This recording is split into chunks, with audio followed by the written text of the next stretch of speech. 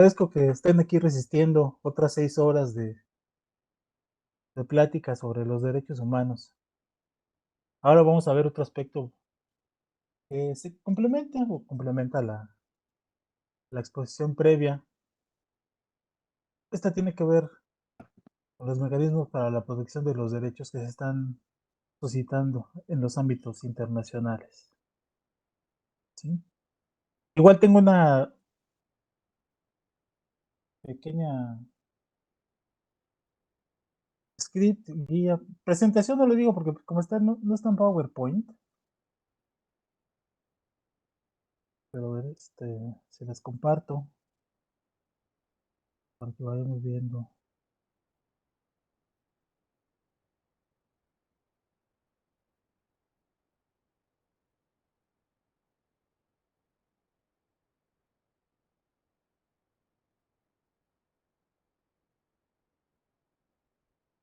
Me voy a dirigir acá a mi pantalla porque ya me anda fallando la vista, acá está muy chiquita. Sí, pues el día de hoy vamos a introducirnos a otro tema de los derechos humanos, módulo 2, sistemas internacionales de protección de los derechos. Como saben, pues vamos, de acuerdo con el contenido que nos marca el programa, abarcaríamos el sistema universal, que comprende a la ONU y los mecanismos de protección ahí existentes, el sistema interamericano, el sistema europeo y el sistema africano, respectivamente.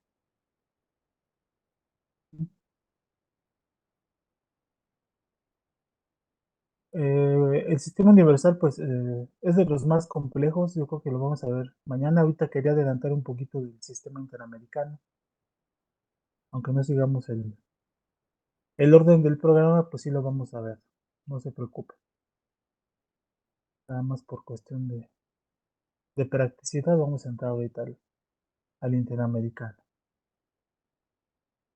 Yo tengo la parte de las preguntas del cuestionario que resuelven, no sé cómo lo resuelvan, y la otra presentación, pues se las hago llegar en un ratito cuando acabe esto. Aquí la tenía. ¿Qué pretendo con los temas que les voy a exponer? Pues primero darles una idea de los elementos que integran la noción del sistema, ¿no? Como un mecanismo por el cual se materializa el derecho a la tutela, se hacen efectivos los derechos. Acercar a ustedes, las y los participantes, la composición, integración, funcionamiento básico de instancias internacionales de protección de los derechos humanos, ¿no? Cómo se integran, cómo funcionan. Y como estamos en un ámbito jurisdiccional, me parece muy necesario, pues darles algunos elementos para que se acerquen a los estándares de derechos surgidos en este ámbito, ¿no? Si bien es muy interesante conocer cómo funcionan estos mecanismos de protección, pues es todavía más interesante o más importante y más útil para quien desempeña una labor jurisdiccional o judicial, conocer los estándares, acercarse a los estándares, ¿no? ¿Cómo consigo yo un estándar y cómo lo puedo yo tomar en cuenta en alguna decisión que esté elaborando, ¿no? Y esto va a ser posible, pues, gracias a que nos familiaricemos con el uso de los conceptos de derecho internacional, que pues, seguramente muchos ya los tienen, ¿no? Esta, les repito, pues es una introducción, es algo básico. Espero que nos sirva a todos, ¿no? A mí me sirve para repasar, porque luego se me olvidan muchas cosas. Y pues unas pinceladas básicas, ¿no?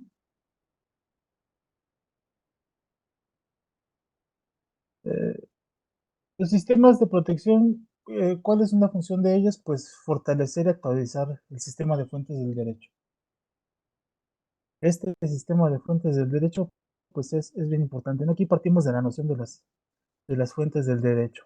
Y aquí se están creando a través de estos sistemas de protección, forman parte, ¿no? El sistema de protección no funciona sin una parte sustantiva y sin una parte resultante de la actividad procesal, como son las sentencias y en general toda la llamada jurisprudencia internacional, ¿no? Eh, en materia de derechos humanos, en los últimos tiempos, pues la creación de la jurisprudencia internacional ha sido muy constante y es uno de los pues, baluartes de las fuentes del derecho internacional de los derechos humanos, ¿no? Para mí es bien interesante cómo se están produciendo los estándares, cómo están atendiendo los casos, ¿no? Cómo están generando nuevas maneras de entender el derecho y muchas de ellas es ampliando la protección. Para quien no sepa, pues esta analogía con las fuentes respecto del origen de los derechos o del derecho es una fuente de agua que reúne múltiples hilillos, ¿no? Que salen a la superficie. Esto lo propone un señor que se llama Franz Holzendorf, que es así como Franz, eh, de la Villa de Madera, algo así, ¿no? Sería. Es un autor alemán del siglo XIX en un tratado de derecho internacional, su manual de derecho internacional. Aquí está la fuente, pues ustedes lo van a tener por ahí, pero pues para quien no sepa, de ahí viene esta genealogía de las fuentes del derecho, ¿no? O la analogía con una fuente. En materia internacional es relevante conocer dónde se establecen lo que son las fuentes del derecho internacional, de las cuales el derecho internacional de los derechos humanos es una parte importantísima. Esto se establece en el artículo 38 de la Corte Internacional de Justicia, que dice lo siguiente: la Corte, como decide el derecho internacional, las controversias, debe aplicar o deberá aplicar, en principio, las convenciones internacionales, o sea, los tratados internacionales. Como ustedes saben, convención, tratado, protocolo, estatuto, son carta, son sinónimos de tratado internacional. Aquí el estatuto nos dice de manera genérica las convenciones internacionales, sean generales o particulares. Me, me, eh, esto puede significar que sean de aplicación universal, porque esto deriva de la Corte Internacional de Justicia, o particulares, o sea, que sean generadas en el ámbito de una relación bilateral o más concreta, ¿no? Bilateral, por ejemplo. Que establezcan reglas expresamente reconocidas por los estados litigantes, la costumbre internacional como prueba de una práctica generalmente aceptada como derecho. Ustedes saben que los elementos de la costumbre son los mismos a nivel interno e internacional y es una de las fuentes principales del derecho. ¿Sí? La reiteración de un comportamiento y la necesidad de que este comportamiento sea reconocido como obligatorio. La inveterada consuetudo y la opinio iuris sive necessitatis, que le dicen los romanos, ¿no? Así le decían. Entonces, bueno, los elementos de la costumbre, los principios generales del derecho reconocidos por las naciones civilizadas. Bueno, pues aquí esto de los principios generales del derecho pues es muy conocido por todos. Son estos principios que son así como axiomas del derecho, no están en todos lados, no los han compartido en las clases. Ahorita terminando se las mando. Nada más le puse un par de fuentes ahí para que la tuvieran pues lo más completa posible, para que no digan que me vuelo cosas de algún lado. Ahí le puse las fuentes. Si no se preocupen, ¿eh? Ahí está. Incluso para que me preguntara de Aristóteles, del, de la fuente, el autor es Edwin Sandys. Por ahí búsquelo y ahí le va a salir, pero de todos modos aquí, ahí les paso, ahí ven de dónde pueden consultarlo. Eh, la utilización de las naciones civilizadas, bueno, pues esto tiene que ver con los pueblos que utilizan el derecho, etcétera, ¿no? Que están dentro de este orden internacional que se gesta después de la Segunda Guerra Mundial. Es por ahí la interpretación de ese concepto. Y aquí lo que nos atañe, a donde quería llegar, las decisiones judiciales. Las decisiones judiciales y no solamente puede ser considerada este tipo de jurisprudencia, sino otro tipo de estándares que no van a ser judiciales, pero que son producidos por organismos que resuelven conflictos en lo internacional. Pero si nos quedamos con esta idea de que el artículo 38 del Estatuto de la Corte señala las fuentes del derecho y entre esas se establecen las decisiones judiciales como una de las fuentes de la jurisprudencia internacional, bueno, pues estará muy bien, ¿no? Y también se reconoce entre las fuentes las doctrinas de los publicistas de mayor competencia en las distintas naciones. A veces, las propias decisiones jurisdiccionales, a través de los llamados votos particulares, desarrollan mucho la doctrina, ¿no? Muchos publicistas que son ya connotados, tratadistas, forman parte de estos organismos de decisión y pues van generando doctrina, ¿no? La decisión judicial es una fuente a veces de la doctrina, o ahí se plasma. Pero también, cuando hablamos de la doctrina, pues se refiere a los libros, ¿no? A los libros de derecho internacional, a los libros, en este caso, de derecho constitucional, si resolvemos asuntos en el ámbito interno, o pues, a la doctrina del derecho, a la jurisprudencia, a la ciencia del derecho, ¿sí? Entonces, eso nos servirá, ¿no? Estamos ahora pues en las aguas del derecho procesal, parte, y conviene citar aquí lo que decía Eduardo J. Couture, este maestro del derecho uruguayo, que es muy connotado, si pueden, pues compren sus libros, son muy claritos, él era también medio poeta, ¿no? Y se refiere en una de las reflexiones de su libro de Principios del Proceso Civil, por aquí lo tenía, que entre los derechos subjetivos de orden procesal está el derecho a la tutela jurídica, es decir, la materia con que trabajan o de la que se sirven los órganos jurisdiccionales, la cual consiste, siguiendo a él mismo, que en un lugar y un momento histórico preciso existan jueces independientes, revestidos de autoridad y responsables de sus actos, capaces de dar razón a quienes ellos creen sinceramente que la tienen, y que las autoridades encargadas de respetar y ejecutar las sentencias judiciales la respeten y que ejecuten positivamente. Bueno, esta idea de Couture pues nos lleva a aplicar este pensamiento tanto interno como el ámbito internacional, ¿no? No es ajeno, va a ser la misma idea de una autoridad judicial que le dé la razón a quien convenza con argumentos jurídicos y que aquel pronunciamiento a que llegue en uso de la razón jurídica, pues conduzca a la ejecución y el respeto de las sentencias, ¿no? Ayudado por la autoridad que lo va a llevar a cabo. Esta idea de la tutela es en lo internacional un poquito de lo que vamos a ver. Couture sí está tomando el léxico de donde tiene sentido la idea de la satisfacción efectiva de los derechos como un fin del derecho. Entre ellos está la paz social mediante la vigencia de las normas, ¿no? Y tenemos a la jueza Odio Benito de la Corte Interamericana, ¿no? En una audiencia seguramente. Este concepto de Rechtsschutz es el léxico del derecho. ¿Sí? Ahí está el léxico de la escuela alemana que autor nos comparte en su obra, ¿no? Nos dice que los tribunales van a garantizar la paz social, ¿no? Son un elemento para la vigencia de las normas, ¿no? Los jueces. El derecho, pues, favorece el acceso a los valores que ya vimos,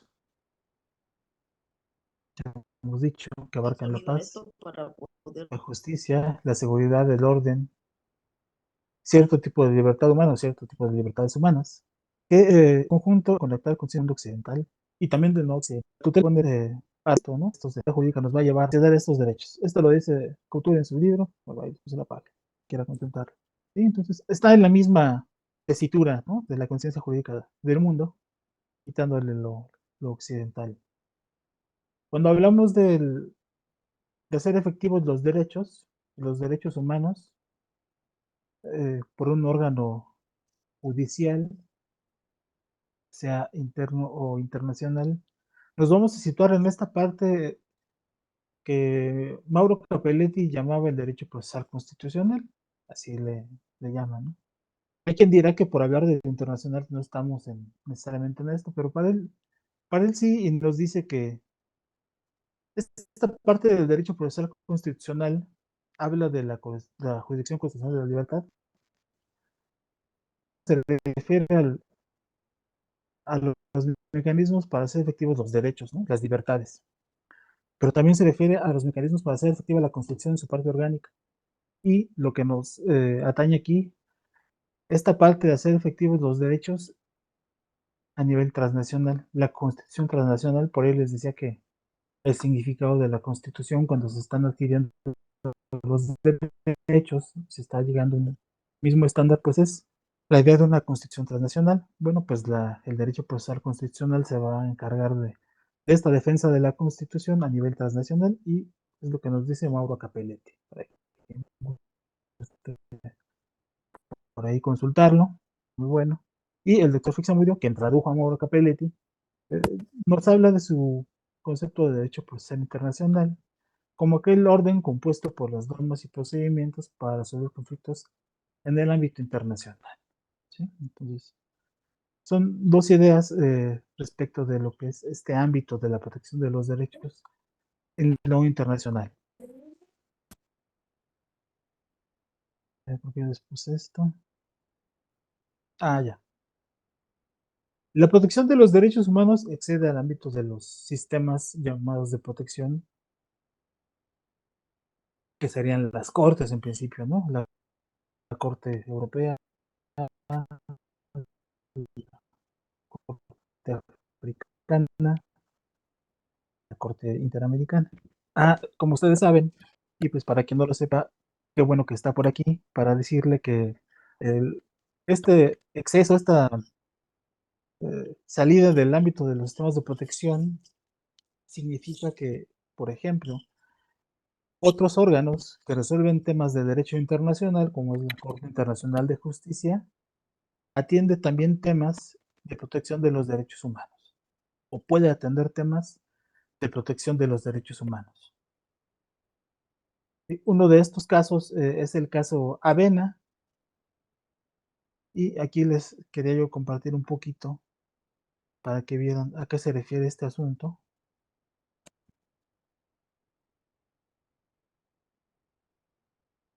A verlo. Se está viendo la pantalla que abrí, no sé si me pueden decir, o sigue viéndose el otro. Sí, Lick, sí se ve. Ah, qué bueno. Gracias. Bueno, también otra manera en que la Corte Internacional va a proteger los derechos humanos es a través del llamado jus cogens, o el derecho intuitivo internacional, o las normas así del derecho internacional eh, eternas casi, ¿no? Sí, bueno, este es un asunto que involucró a México porque nacionales mexicanos iban a ser en Estados Unidos condenados y de hecho uno de ellos fue condenado o más, pero la cuestión es que a diferencia de otros casos donde se ha aplicado la protección consular, en este caso no se aplicó. Entonces, lo que hace la Corte Internacional de Justicia es reconocer los derechos de la protección consular, porque garantizan la protección consular, como es acceder a un abogado, a una instancia así representado, como parte de los derechos humanos de los migrantes, ¿no? Y pues desarrolla su fallo. En otro asunto que había conocido en el caso de Gran contra Inglaterra, contra Alemania, Estados Unidos, sí se había atendido la petición de que se concediera el perdón, ¿no? De que no se ejecutara una sanción en contra de un migrante. En el caso mexicano, pues no fue así, ¿no? Pero en general, la idea que les quiero transmitir es que a partir de una jurisdicción que no es de derechos humanos, es que se pueden también proteger los derechos humanos por un tribunal internacional que no es especializado en derechos humanos. ¿Sí? Una cuestión aquí importante es que decía la Corte que no se pidió, o Estados Unidos decía que no se había pedido, no se había solicitado por parte de México que se dictaran medidas precautorias. Voy a regresar a la pantallita. Sí, entonces hay otra idea, ¿no? Hay jurisdicciones internacionales que no son de derechos humanos que protegen derechos humanos o pueden proteger derechos humanos. Aquí tengo un pequeño glosario que me ha servido en otros casos para explicar algunos conceptos, como les decía, para quien no está familiarizado, pues del derecho internacional de los derechos humanos y el derecho internacional en general. ¿Sí? Entonces, se los voy a ir. ¿No se ven? Caray,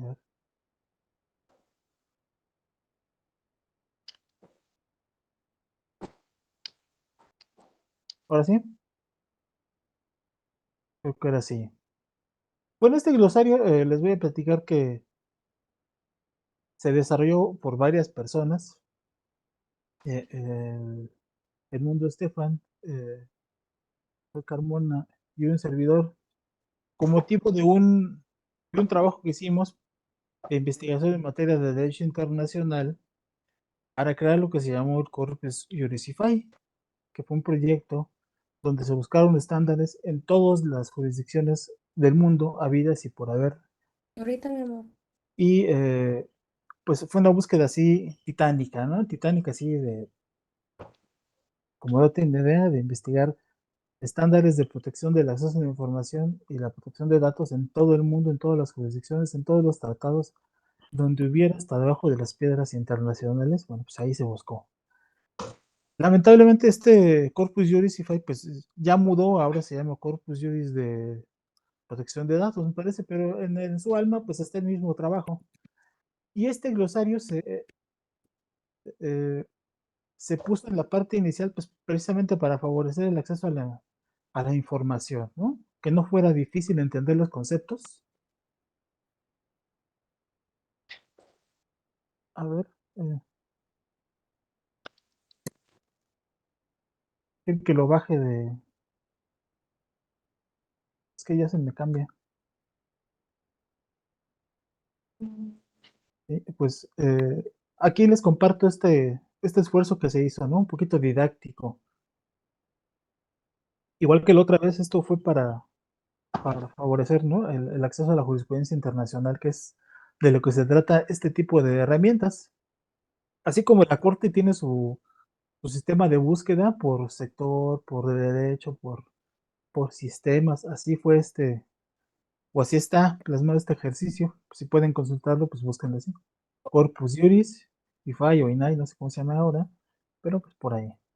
Y el primer concepto es la Comisión Africana de Derechos Humanos y de los Pueblos, que es un organismo regional de vigilancia y protección de derechos humanos.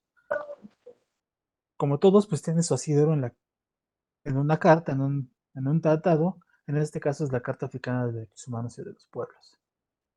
Las funciones principales de esta Comisión Africana eh, es la promoción de los derechos, la elaboración de informes sobre cómo se están llevando a cabo el cumplimiento de los derechos en los países de ese continente, y conoce y decide quejas que se plantean respecto de los derechos de esa carta.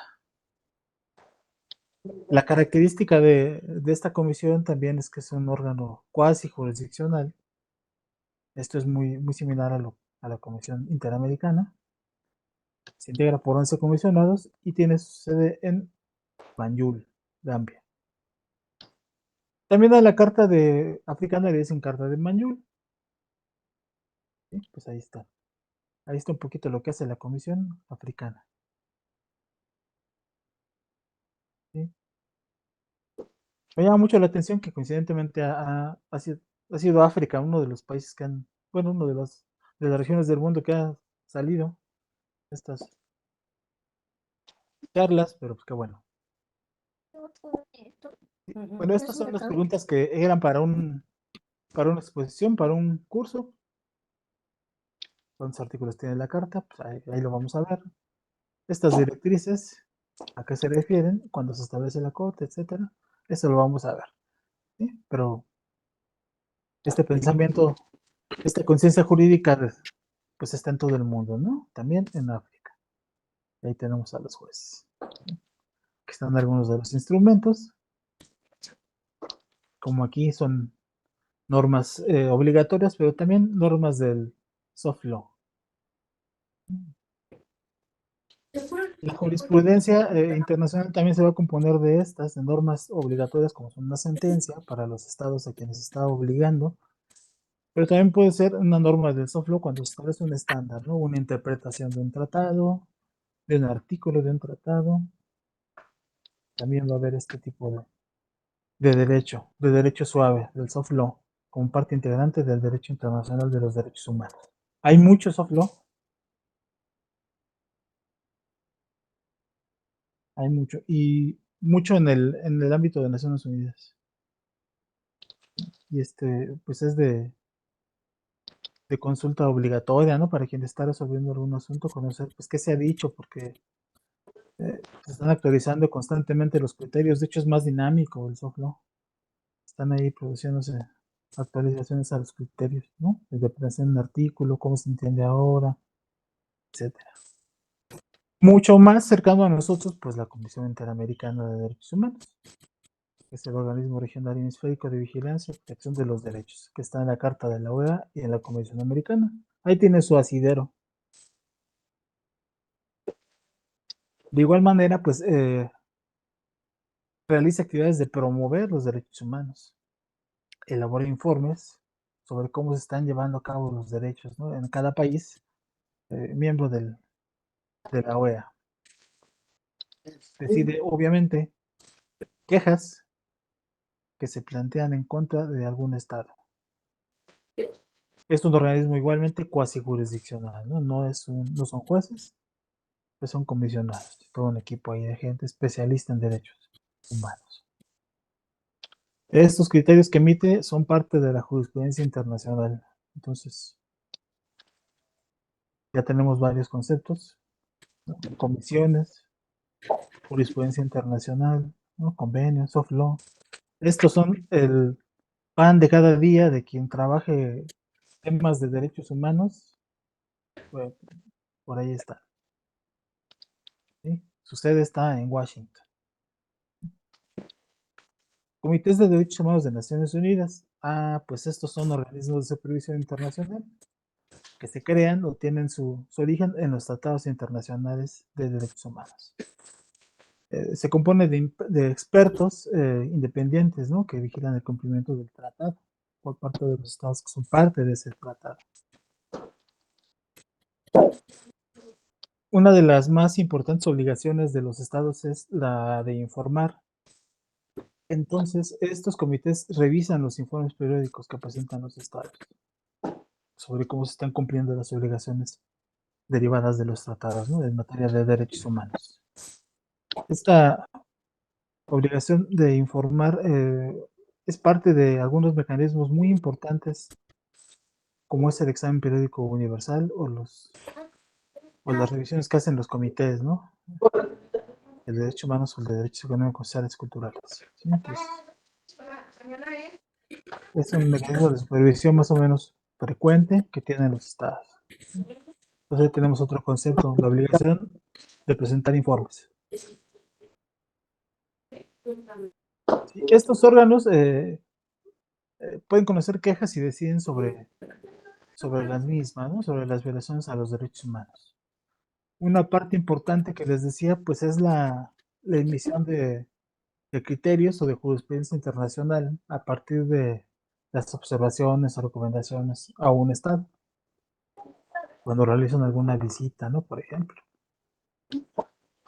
Este tipo de jurisprudencia internacional nos va a permitir conocer los alcances de un tratado, ¿no? El sentido de alguna disposición. Es muy, muy importante. porque les decía, aquí se están moviendo los criterios, se están actualizando constantemente. Hay algunos que no cambian, pero por supuesto conviene. Sí, la comisión emite jurisprudencia. Les digo que los informes que emite cuando realiza una visita, pues es parte de la jurisprudencia internacional, ¿no? O sea, no solamente son las sentencias, como la jurisprudencia, o dice que sí es su pantalla, no está proyectando nada, creo que es tu pantalla. Las jurisprudencias que no son para México, pues tendrán que ver, tendrán un carácter orientador, ¿no? Solamente si son para México, pues son vinculantes. Sin embargo, dependiendo del estado en que se emite esa jurisprudencia, pues puede ser vinculante, ¿no? Por ejemplo, un informe de país que realiza un relator sobre alguna materia importante, no sé, de tal expresión, pues no se emiten, no son vinculantes, tienen el valor de una recomendación, pero ahorita vamos para allá, son recomendaciones. Pero de manera genérica conforman la jurisprudencia internacional. Entonces digo, conviene estar pendiente de cómo se está generando la jurisprudencia a través de estos mecanismos. ¿Eh? Aquí se lo pongo así en grandote para que no se les olvide que los criterios que se contienen en estos mecanismos o que emiten estos mecanismos son parte de la jurisprudencia internacional en un sentido amplio. ¿Sí? Pues, ahí está. Aquí está un listado de los mecanismos que son Comité de Derechos Humanos, Comité de Derechos Económicos y Sociales Culturales, Comité para la Eliminación de la Discriminación Racial, para la eliminación de la discriminación contra la mujer, contra la tortura, el Comité para la Prevención de la Tortura. Y ahorita que estaba hablando de tortura, fíjense que hay mecanismos de protección que son mundiales. El reporte o el informe que tienen los estados que hace en materia de tortura es materia de muchos ombudsman a nivel mundial. Ahora que he estado revisando, muchos ombudsman, pues todos tienen este mecanismo de presentar informes al Comité contra la Tortura. Y un ombudsman que vi que está muy bien detallado y todo es el de Australia, la Comisión de Derechos Humanos de Australia. Ahí si pueden, búsquenlo, les va a gustar, es muy clara, está muy bien delimitada su competencia, todo esto, bastante, es un buen motivo de estudio, cómo están operando otros sistemas. El Comité de Derechos del Niño, el Comité para la Protección de Derechos de todos los trabajadores migratorios y sus familias, el Comité sobre los Derechos de las Personas con Discapacidad, el Comité contra las Desapariciones Forzadas. Aquí está la tarea, cuántos comités se ha vinculado México. ¿No? Sí. En otros casos he empezado la clase o alguna clase de este tipo con el tema de las desapariciones forzadas. Por ahí tengo una presentación. Pues aquí me puse, estoy haciendo mi comercial, ¿no? Adentro del Comité de ESCA. Corte Europea de Derechos Humanos, llamado también Tribunal Europeo de Derechos Humanos. Este sí es un órgano jurisdiccional, no como los otros que eran cuasi, que se prevé en el Convenio Europeo para la Protección de los Derechos Humanos y Libertades Fundamentales, mejor Convenio Europeo de Derechos Humanos, ¿no? Decide controversias, como sabemos, en materia de violaciones cometidas por las dos partes. A diferencia de los sistemas americano y africano, no se requiere acudir a algún organismo previo. Nuestro sistema, como el africano, tiene la peculiaridad de que se tiene que agotar o que someter un asunto ante la Comisión Interamericana. La Corte Europea no. Esta tiene un acceso directo. ¿Sí? Esto se eliminó porque sí existía. pero a través del protocolo, me parece que el 11, allá se llaman también protocolos, las actualizaciones que se van dando en materia de derechos humanos, a la competencia de la Corte, se dan protocolos, como les decía, protocolos también una forma que se llama los tratados. Se eliminó esta parte del acceso a través de la Comisión Europea para que se acceda directamente a través, bueno, de una queja ante la Corte. ¿Sí? Hay un juez por cada estado, es el principio que rige a este Tribunal de Derechos Humanos, ¿no? Está en Estrasburgo, Francia, y aquí está su sede, muy bonita.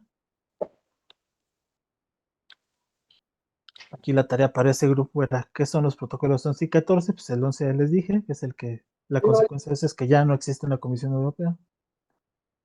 ¿Sí? Ahorita van en el 16, me parece. Cuando vayan a Francia, pues visiten la corte, ¿no? Van para allá, a Estrasburgo. Corte Interamericana de Derechos Humanos.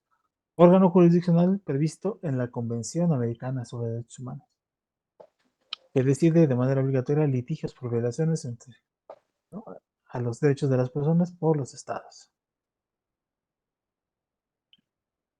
O también los que cometen pues aquí estados entre sí. Bueno, la Corte resuelve, como sabemos, las violaciones a los derechos humanos que se plantean por una persona o por un estado, es lo que quiero decir aquí. Se requiere el agotamiento de un procedimiento ante la Comisión Interamericana, como en el caso africano. Se pueden emitir medidas provisionales y una muy importante atribución es la competencia consultiva para interpretar la Convención Americana. Esto, cuando veamos una sentencia o una opinión consultiva de la Corte, que se aparece, ¿no? Está identificada así, OC, opinión consultiva, pues estamos en el ámbito de esta atribución y es parte de la jurisprudencia internacional. ¿Sí? Pues no siempre su competencia es contenciosa, también es consultiva.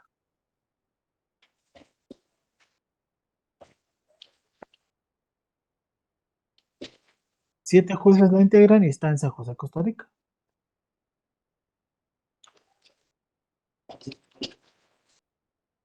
Aquí la tarea es saber en qué artículo de la Convención establece la Corte Interamericana, cuáles son los documentos que rigen, etc. Bueno, entonces es un poquito estos organismos. ¿Qué es una declaración a nivel internacional? Bueno, pues es la manifestación sobre una materia o asunto determinado, mediante la que se expresa la posición en torno a un tema trascendente del órgano emisor. ¿Sí? Un órgano facultado para emitir declaraciones de legalidad en lo internacional va a desarrollar algo, nos va a decir algo sobre ese tema, buscando pues, que se aplique. Generalmente, desde su punto de vista jurídico, no es un instrumento vinculante, pero sí, pues recoge principios de derecho, ¿no? Y sabemos ya de las declaraciones de derechos, de principios, etc. Eh, las declaraciones pues sirven para esto, ¿no? Para que son una expresión del eje ferenda, ¿no? Es decir, lo que se busca que se convierta en ley, ¿no? En el eje lata, ¿no? Desarrollan temas así que pueden ser motivo de un instrumento vinculante u obligatorio. ¿Sí? Entonces, así es más o menos la idea de las declaraciones. O sea, tenemos declaraciones de derechos, que ya hemos visto. En México, bueno, en América tenemos, en el 47 hubo una declaración de derechos sociales y en el 48 la declaración de derechos humanos que accedió a la universal. Es un orgullo para nosotros, americanos, así que tenemos una declaración previa a ese instrumento. Les decía que puede, no es generalmente vinculante, pero una declaración en el caso americano sí puede ser motivo de un procedimiento para los países que son miembros de la OEA. porque sí se podría plantear una controversia contra la violación de un derecho humano, contra un Estado que violó un derecho humano, si forma parte de la OEA y al momento de que no, se emitió la declaración. ¿No? Entonces, no siempre son solamente declarativas, esa es una cuestión bien importante, es una excepción, ¿no? La excepción que confirma la regla, si quedan por ahí. Pero bueno, ese es el tema, ¿no? Aquí les comentamos el caso de Europa, ¿no? Que pueden emanar de un órgano comunitario. Pues, les decía que ahorita les voy a comentar que pues, la misión o la creación de estos organismos obedece en muchas ocasiones a los tipos de integración, como es la integración comunitaria, ¿no?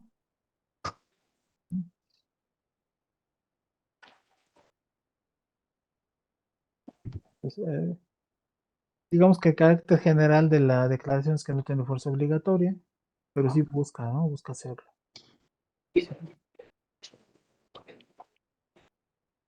En el caso, por ejemplo, de la Declaración Universal, se buscaba que fuera vinculante, eso se pensaba, finalmente se decidió que no, pero bueno, eso ya depende de cada caso. Otra manera en que, por ejemplo, puede hacerse vinculante una declaración o su contenido es a través del reconocimiento por el derecho de los estados, ¿no? Y tenemos en México, por ejemplo, constituciones como la de Chiapas, si no mal recuerdo, que señala ahí, esas y muchas otras, que señala ahí que la Declaración Universal serán efectivos en Chiapas los derechos reconocidos en la Declaración Universal de los Derechos Humanos. Entonces, aquí vemos, ¿no? Como una declaración no necesariamente es solo declarativa, válgame la redundancia, sino, entonces, pues ahí está esta cuestión de las declaraciones y su vinculación o su obligatoriedad a través de otro tipo de reconocimiento a nivel subnacional, ¿no? Que es muy interesante ver este fenómeno. Yo no me acuerdo qué otra constitución de México hace el mismo ejercicio, pero sí eran varias.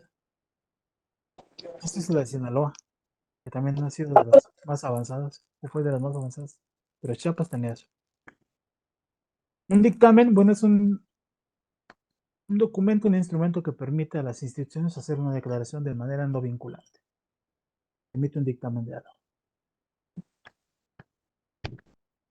Aquí se habla del caso europeo, la emisión de dictámenes a cargo de la Comisión, el Consejo de Europa y el Parlamento Europeo.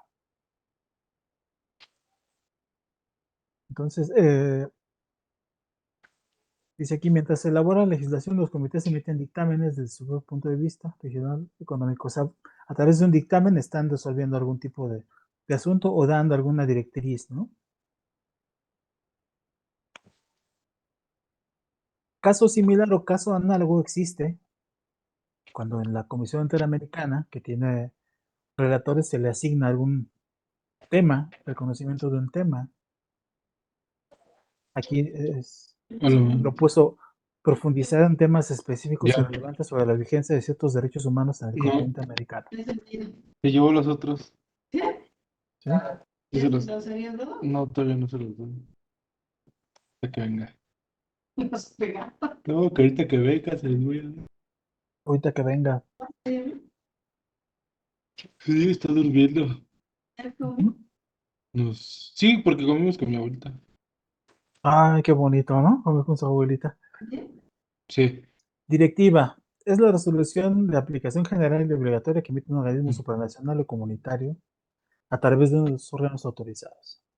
Es que yo Constar de un nada más que ciclo hice una pregunta como específico eso. o ¿Quién sabe? materia, ¿no? Y permite una directiva a los estados que Ah, y desarrollen otra semana. la materia, ¿no?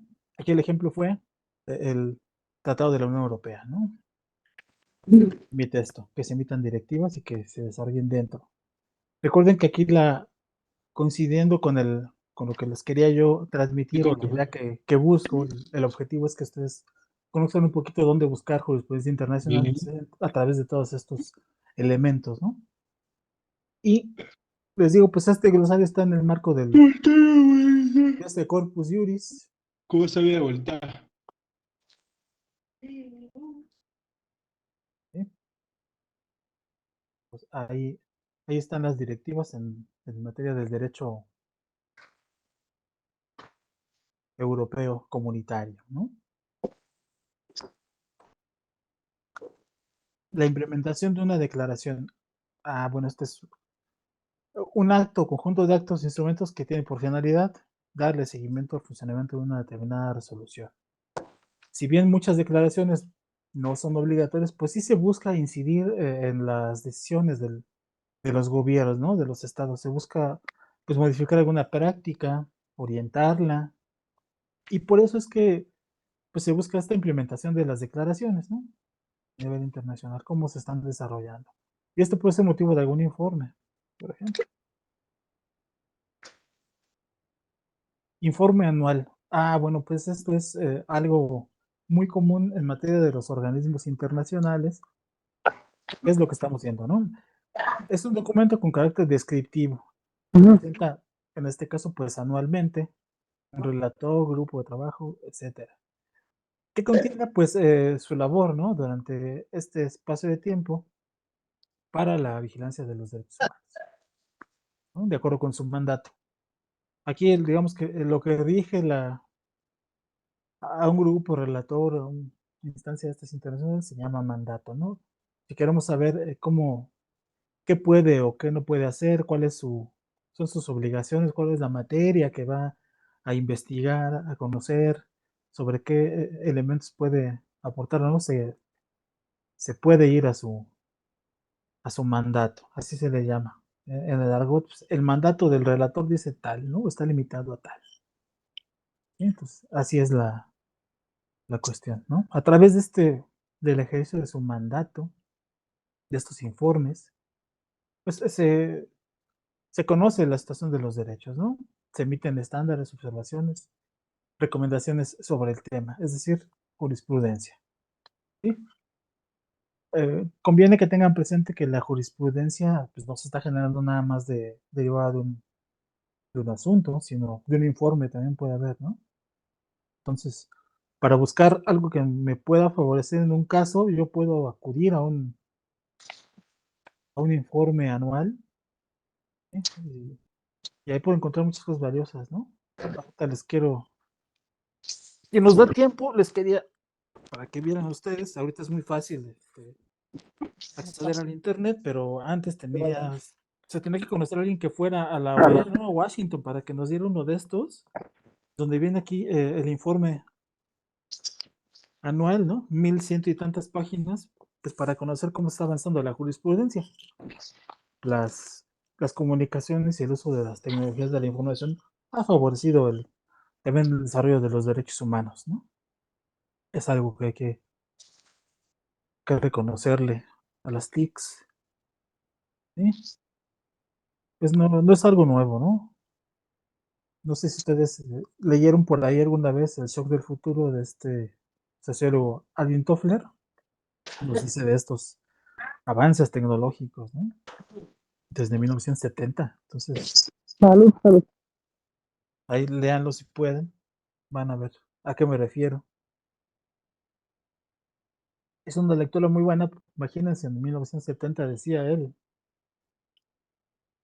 que para estos nuevos tiempos la gente iba a tener las computadoras, iban a ser tan pequeñas que iban a estar con ellas en su mano, ¿no? Pues ahora es una realidad de lo más común, todos tenemos un celular, ¿no? Eso ya lo estaba visorando en los 70, en los 70. El shock del futuro, Alvin Toffler. Sí, entonces, informe de admisibilidad. El ámbito de lo internacional es el ámbito de los informes. ¿Sí? Muchos mecanismos, muchos organismos, muchas instancias, si quieren verlo así, utilizan el concepto de informe para muchos temas. Uno de ellos es relativo a la solución de alguna controversia o tiene que ver con la solución de una controversia. Muy importante es el informe de admisibilidad de alguna queja. Dice aquí, la definición que se propone es una decisión que forma parte del procedimiento de tramitación de quejas ante organismos cuasi jurisdiccionales, ¿sí? Llámese Comisión Interamericana, ¿no? Por ejemplo. Cuando una persona presenta una queja, que a nivel internacional le llaman comunicación, pues admite un informe, ¿no? O puede admitir un informe de admisibilidad. O determina la admisibilidad a través de un informe. Les digo, es el mundo del informe.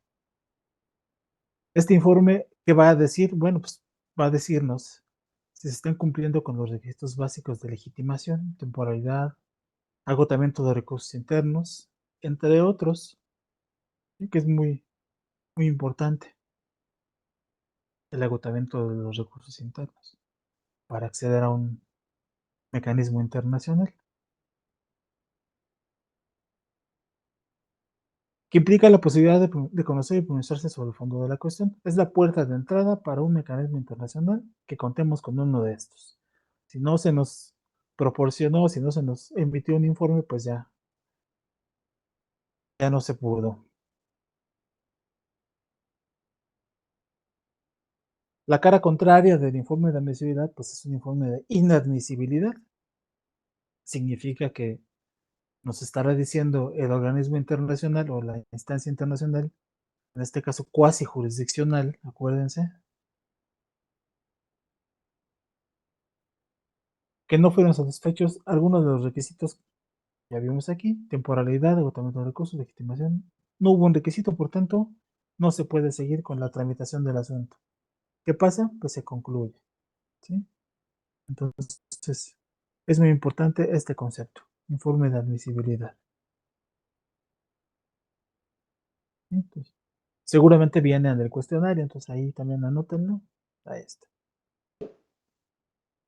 En materia de los organismos cuasi jurisdiccionales, no se llama la decisión sentencia. Obviamente no es un órgano jurisdiccional, sino se llama informe de fondo, porque conoce el fondo del asunto.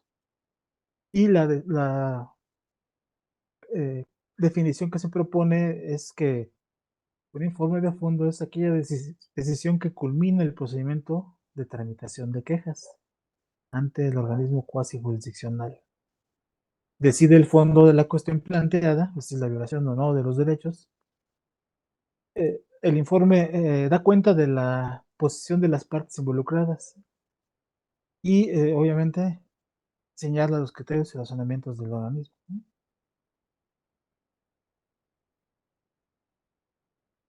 Se refiere aquí a cómo se determina la violación de los derechos humanos. Un informe señala recomendaciones para que el Estado resuelva la cuestión, ¿sí? Entonces, aquí no se llama sentencia en materia de los órganos cuasi jurisdiccionales, sino informe de fondo. Entonces, ahí, para su acervo de jurisprudencia internacional, informe de fondo. Este también seguramente es una pregunta de evaluación, entonces por ahí anótenlo, informe de fondo. Yo no controlo el WhatsApp, pero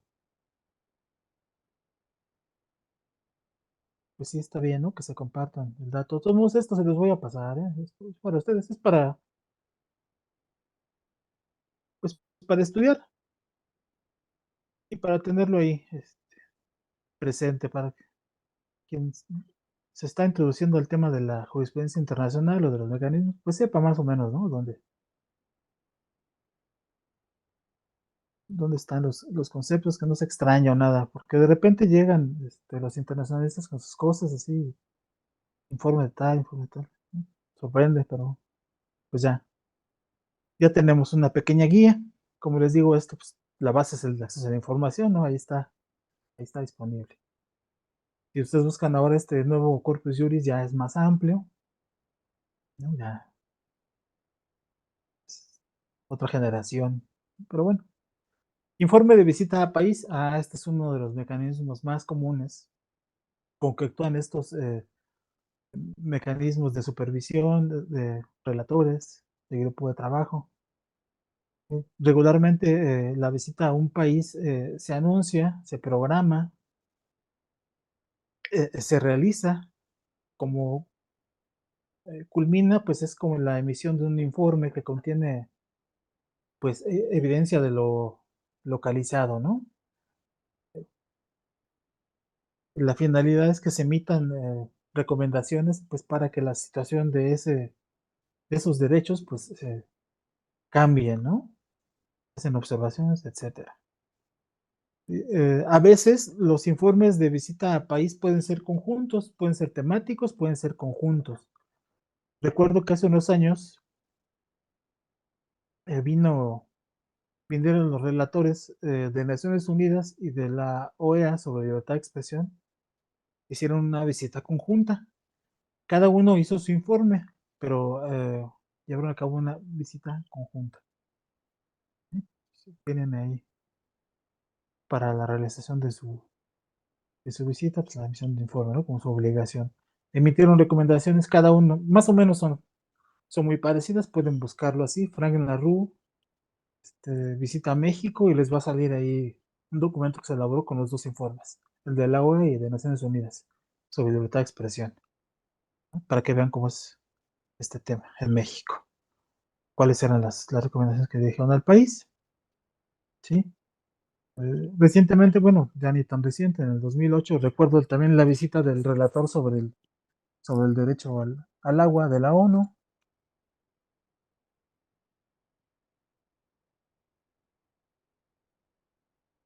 También hizo, ¿no?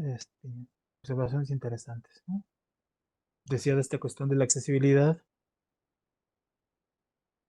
y hablaba de una comunidad en Xochimilco, ¿no? Que tarda mucho tiempo en llegar el agua, etcétera. Pues algo que es común para mucha gente. Pues, informe de visita al país, pues concluye con observaciones y recomendaciones, ¿sí? Informe especial, bueno, pues cuando hay una situación particular de interés para el mecanismo, pues lo que va a hacer es hacer una visita, ¿no? Y emitir un informe, ¿no? Aquí la definición que se propone es el documento con carácter descriptivo que presenta un relator o grupo de trabajo sobre una situación especial o punto específico comprendido en su mandato. Digamos que lo que contiene o lo que dirige eh, o lo que establece los límites de la acción del mecanismo, pues es su mandato, ¿no? ¿Y qué hace? Pues de manera general va también a concluir con observaciones, motivos de preocupación, casi siempre pues, algo urgente, ¿no? Conclusiones y va a hacer recomendaciones sobre la situación de los derechos humanos en relación a un asunto particular, ¿sí? Aquí, pues, un concepto que engloba mucho de lo que ya vimos, que es la jurisprudencia internacional, que puede ser de manera genérica, entendido por jurisprudencia internacional, aquellos criterios jurídicos derivados de sentencias, resoluciones y observaciones emitidas. Bueno, aquí está ¿qué son criterios jurídicos derivados de sentencias, resoluciones, observaciones emitidas por quienes, por tribunales y por órganos cuasi jurisdiccionales. ¿Sí? Entonces aquí está. ¿Quién es? ¿Qué es el qué? El quién es, que determina la interpretación oficial de instrumentos internacionales. Como les digo, es interpretación oficial, pues porque lo hace un organismo público, digamos, ¿no? Pero también en materia de derechos humanos hay principios, hay bastantes avances de la sociedad civil que merecen ser tomados en cuenta para interpretar a los derechos, o que pueden ser tomados en cuenta para una mejor interpretación de los derechos, ¿no? Del aspecto progresivo de los derechos. También conviene que se lo pueda echar un ojo, pero aquí estamos en lo público, en la jurisprudencia internacional, entonces, bueno, como les decía hace rato, pues puede o no ser vinculante la jurisprudencia internacional, pero aquí está una definición que se propone, ¿no? Y aquí la tarea de explicar varios de qué trata.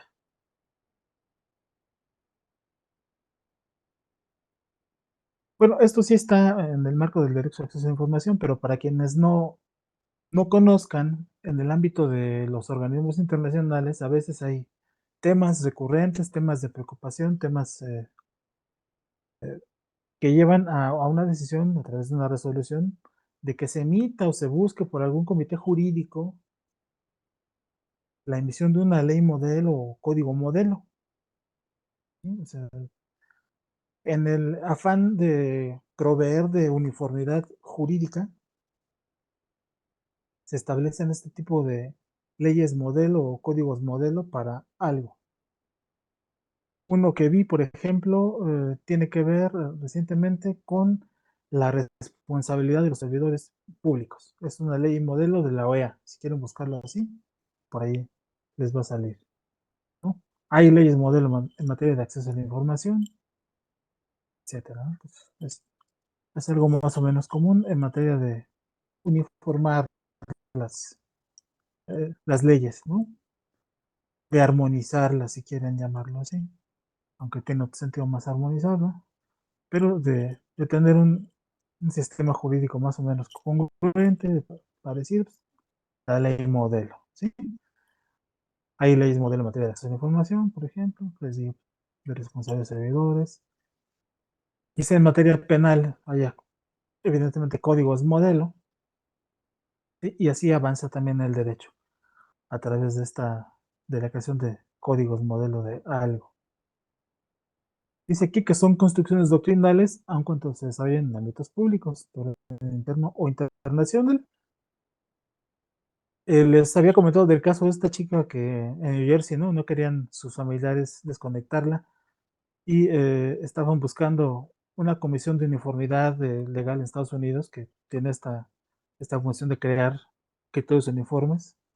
Pues es un ejemplo de cómo funcionan dentro de un estado este tipo de códigos modelo o leyes modelo, ¿no?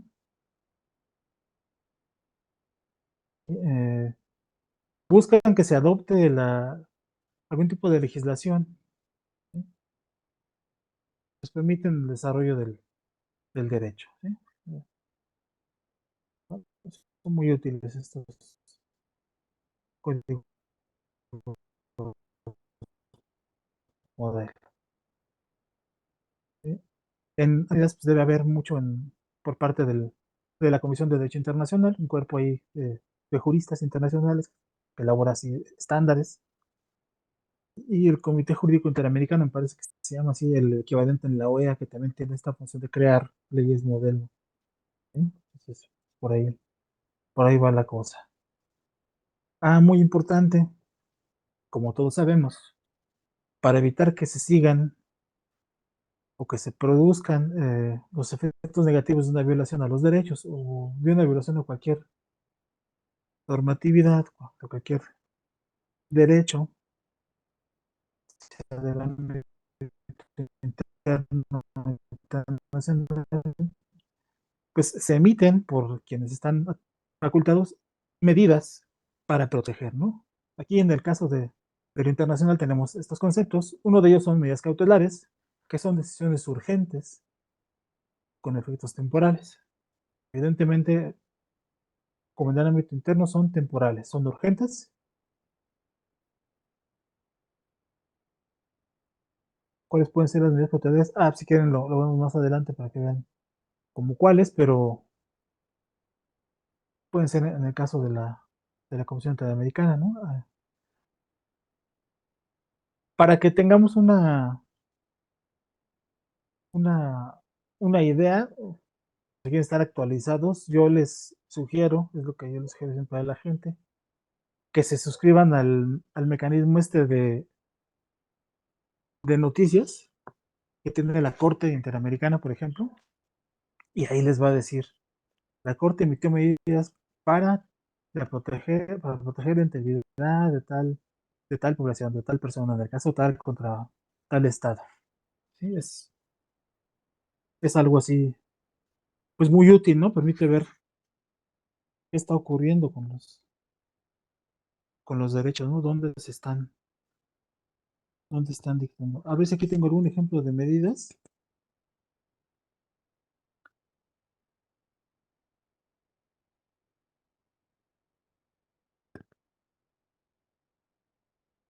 A ver, aquí les voy a leer un cachito. Este informe ya es un informe viejito, pero pues no importa, ¿no? Nos sirve para efectos de la clase. Sí, como les digo, pues es un monstruote, pero es el informe anual de la Comisión Interamericana de Derechos Humanos de 1997. A veces es más fácil, ¿no? Dice aquí en el punto número 2, capítulo 2, actividades de la COR, de la Comisión Interamericana. Capítulo 3, sistema de peticiones y casos individuales. Numeral 2, peticiones y casos ante la Corte. Letra A, medidas cautelares acordadas o extendidas por la Comisión en 1997. Para quien preguntó, pues aquí le va un ejemplo. Contra Argentina, en fecha 11 de marzo de 1997, la Comisión Interamericana de Derechos Humanos solicitó medidas cautelares consistentes en la suspensión de la ejecución judicial de los bienes del señor X, José María Cantos, perdón por los datos personales, pero está en el informe público, mientras se adelantaba el procedimiento de solución amistosa entre el peticionario y el Estado argentino. ¿Sí? Entonces, aquí se pide que no se ejecuten judicialmente los bienes, ¿no? Ejemplo de medida cautelar. La ejecución mencionada deriva de la condenación a costas después de 10 años de iniciada la causa que se tramita ante la Corte Suprema de Justicia. Entonces, aquí es un ejemplo. Otro ejemplo contra Canadá, el 16 de enero de 1998. La Comisión pidió medidas cautelares conforme al artículo 29.2 de su reglamento en el caso 11.661 contra el Estado de Canadá. El nombre del señor, aquí es su nombre, Manika Vasigam Suresh, a ser de otro origen no sajón, que alegaba que el señor Suresh sería deportado de Canadá a Sri Lanka el 19 de enero de 1998. Pues aquí se pide que no se deporte, ¿no? Aquí la comisión solicitó al Estado de Canadá que suspendiera la deportación pendiente del señor Suresh de Canadá hasta que la comisión pudiera investigar las denuncias planteadas en la petición. ¿Sí? Entonces, otro ejemplo para quien quería saber en qué consisten o cómo pueden ser estas, ¿no?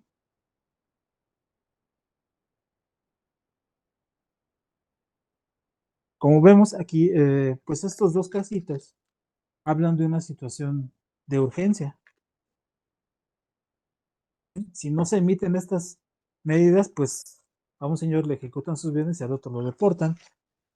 Por lo cual, pues para proteger los derechos o que no se sigan vulnerando, pues se emiten estas cautelares. Contra Estados Unidos, el 15 de octubre de 1997, la Comisión pidió medidas cautelares conforme al artículo 29.2 del reglamento. En el caso 11.817 contra Estados Unidos de América, en nombre del señor Alan J. Bannister, lo mismo, perdón por los datos personales, pero está en documento público. Se alegaba que el señor Bannister había sido procesado y condenado a muerte por asesinato el 10 de octubre de 1983 y que sería ejecutado por el estado de Missouri el 22 de octubre de 1997. La comisión pidió que los Estados Unidos suspendieran la ejecución del señor Bannister hasta que se pudieran investigar a fondo las denuncias planteadas en el caso sobre violación de derechos fundamentales del señor Bannister conforme a la Declaración Americana de los Derechos y Deberes del Hombre. Bueno, este caso de contra Estados Unidos nos permite ver lo que les decía, ¿no? Si bien Estados Unidos no es parte de la Convención Americana, sí es parte de la OEA y por tanto, de acuerdo con la Carta de la OEA, sí pudiera ser sometido a algún procedimiento basado en la Declaración Americana de los Derechos y Deberes del Hombre, para que eso lo anoten porque puede ser pregunta del cuestionario de evaluación. ¿Sí? Entonces, aquí está otro ejemplo de las medidas. No sé si quieran que les diga otro o ya para que vean en qué consiste.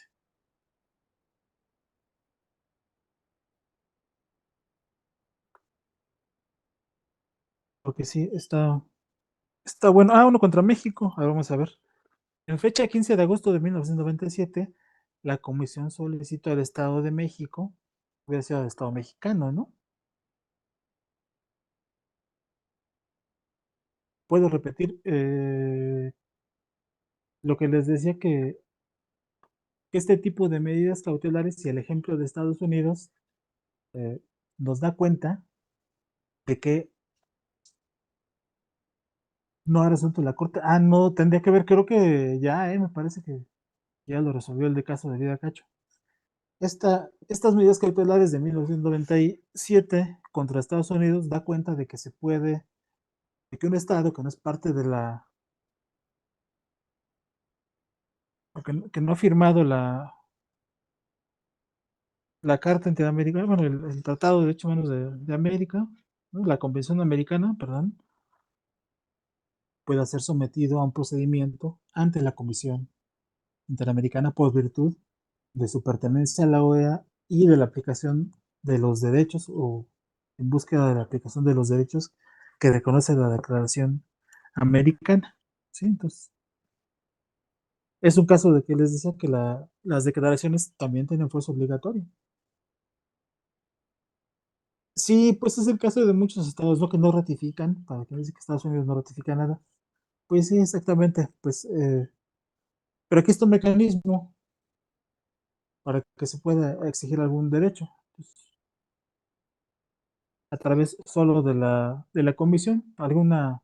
Se podría emitir un informe de fondo por la comisión, pero no por la corte, ¿no? En ese sentido. Pues lamentablemente el tema de los derechos humanos, pues depende mucho de la voluntad política, aunque suene ya a lo mismo de siempre, pues sí depende de la voluntad política de las personas, ¿no?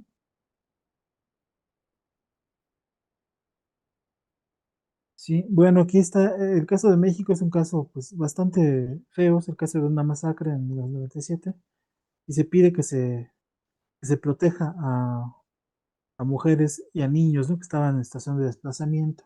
Pues, pues, qué lamentable, ¿no? Que ocurran estas cosas.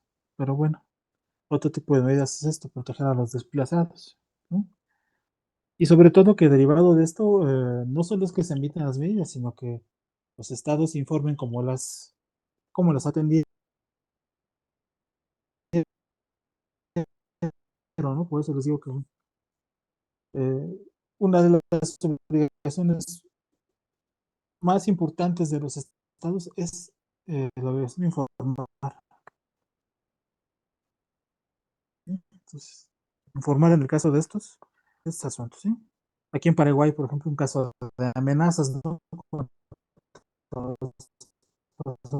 Se pide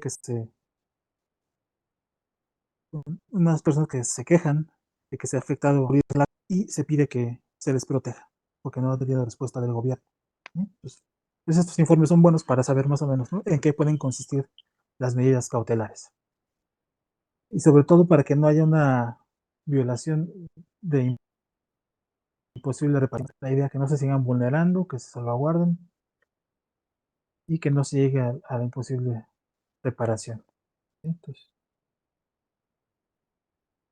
las medidas cautelares a veces pueden resolver un asunto, no casi casi de fondo. Si no ha firmado la convención, no se podría obligar, pues con este mecanismo, si es parte de la OEA, presentando una queja, pero con motivo de su pertenencia a la OEA, alegando la violación de un artículo de la declaración, no de la convención. ¿Sí?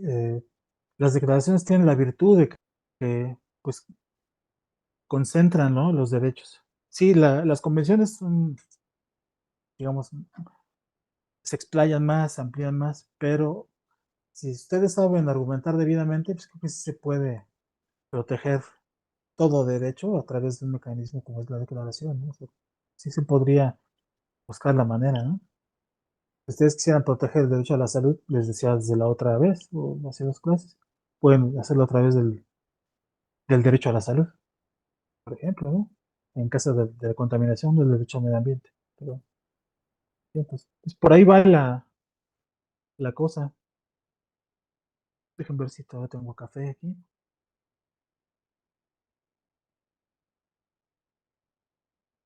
Ya no tengo más que tantito. Les recomiendo estas cafeteras, son muy bonitas, son muy prácticas.